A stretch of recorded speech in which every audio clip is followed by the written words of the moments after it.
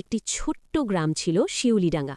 সেখানে দুই বন্ধু ঋত্বিক আর নিলয় প্রতিদিন খালের ধারে কাগজের নৌকা ভাসাত। একদিন খেলতে খেলতে তারা অনেক দূরে চলে যায়। হঠাৎ দেখে সূর্য ডুবে গেছে, চারপাশ অন্ধকার আর পথটা অচেনা। নিলয় ভয়ে বলে, আমরা কি হারিয়ে গেলাম? ঠিক তক্ষুনি সামনে এক জলজলে প্রজাপতি দেখা দিল। তার ডানায় নীল আলো ঝিলমিল করছে। প্রজাপতিটা ধীরে ধীরে সামনে উঠতে লাগল, আর তারা তার পিছু নিল। কিছুক্ষণ পর কুয়াশা সরে যায়, দেখা যায় পরিচিত বটগাছ আর গ্রামের আলো। নিরাপদে পৌঁছে প্রজাপতিটা আকাশে মিলিয়ে যায়।